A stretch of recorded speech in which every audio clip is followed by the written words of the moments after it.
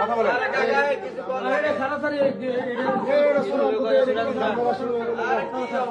সমস্যা, আমি ছোট মানুষ, আমি বুঝি নাই। ভাই আমি অনেক দূর থেকে আসছি, কুষ্টিয়া থেকে আসছি। কুষ্টিয়া থেকে আসছেন, গাজীপুর কোনাবাড়ি জায়গা না? আপনার সমস্যাটা কি একটু বলেন তো আমাদের। আমার কোনো সমস্যা নাই, আমি ওর সাথে প্রেম করছি।